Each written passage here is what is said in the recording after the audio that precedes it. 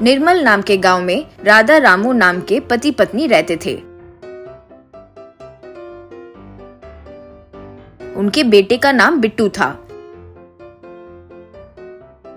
रामू गांव के डंपयार्ड में जो भी प्लास्टिक का और इलेक्ट्रिक सामान फेंक देते थे, उन्हें इकट्ठा करके स्क्रैप की दुकान में बेचकर बीवी बच्चे का पेट भरता था।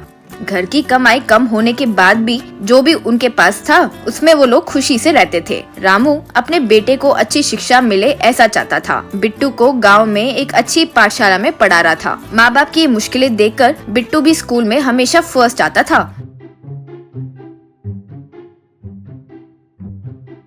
एक दिन अचानक से एक एक्सीडेंट में रामू की रीढ़ की हड्डी टूट गई। रामू को बिस्तर पर ही रहना पड़ा। रामू बहुत परेशान हो गया था। ऑपरेशन के लिए उनके पास पैसे ना होने की वजह से रामू हमेशा के लिए बिस्तर पर ही रह गया। एक दिन रामू बिट्टू से, मुझे माफ कर दे बेटा, अब पूरे परिवार का बोझ तुम पर ही है। मुझे तेरा ध्यान रखना चाहिए, उल्टा तुझे मेरा ध्यान रखना पड़ रहा है, कहते हुए परेशान होता है।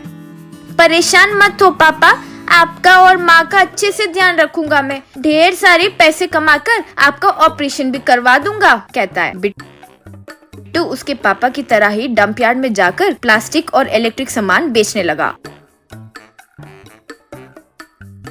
स्क्रैप की दुकान का मालिक मुन्ना बिट्टू को छोटा बच्चा समझकर बिट्टू को कम पैसे देता है। एक दिन बिट्टू मुन्ना से, आप जो पैसे देते हैं उससे खाना भी नहीं बन पा रहा है सर। मेरे पापा की दवाइयों के लिए मुझे और पैसे चाहिए सर, थोड़ा रेट बढ़ा दीजिए ना साहब। क्या रे बच्चे, तू जो कचरा उठा के लाता है उसके लिए ये ही बहुत है। अगर तुम्हें सही लग रहा है तो बेचो, वरना जहाँ सही लगे वहाँ जाकर बेचो। बिट्टू लाचार होकर कम रेट में ही स्क्रैप बेचता रहा।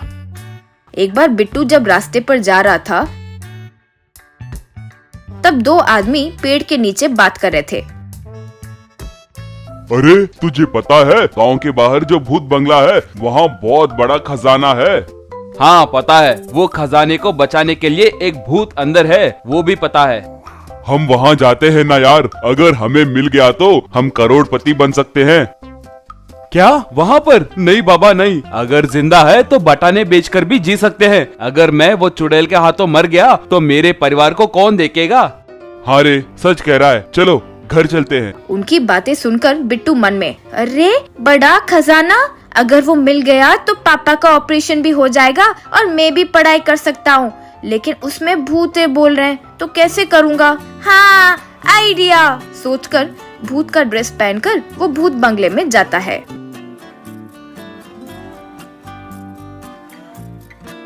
बिट्टू जैसे ही वो भूत बंगले में पैर रखता है, उसके सामने अचानक एक भूत आ जाता है। रे भूत के बच्चे, कौन हो रे तुम? ऐसे ही आ गए हो? मुझे भूतों के सेठ ने भेजा है, आज से तुम्हारी ड्यूटी यहाँ पर खत्म। पास वाले गांव में भूत बंगले में ड्यूटी करने जाना होगा तुम्हें। और हाँ भूल गया, तुम जिस चीज की रक्षा कर रहे हो यहाँ, उसे भी मुझे देने के लिए कहा है। ओहो ऐसा है क्या? वो फैन देख रहे हो, उसकी रक्षा करना ही मेरा काम है। अब से तुम इसकी रक्षा करना, कहकर वहाँ से चले गया।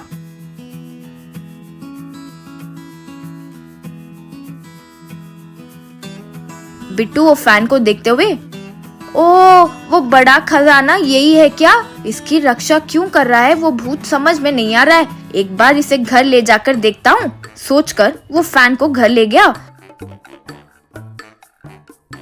और सीलिंग पर लगाकर ऑन करते ही बस वो फैन में से ढेर सारे पैसे और गहने गिरने लगे। ये देखकर बिट्टू के माँ बाप आश्चर्यजनक हो गए थे। वो पैसों से बिट्टू उसके पापा का इलाज करवाता है। उसके पापा ठीक हो जाते हैं। एक अच्छा सा घर और कार भी खरीदता है। नया व्यापार भी शुरू करता है।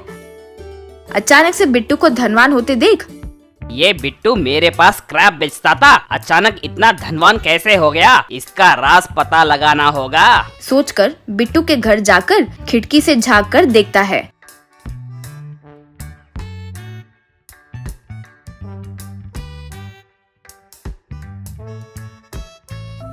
फैन से पैसे और गहने गिरते हुए देखता है। मुन्ना मन में, आहा, तो ये है इसका राज। तो ये मैजिकल फैन के कारण ही ये इतने धनवान हो गए हैं। मैं भी इस दुनिया का बड़ा अमीर आदमी बन जाऊंगा। सोचकर बिट्टू के घर से वो फैन चोरी करके ले जाता है।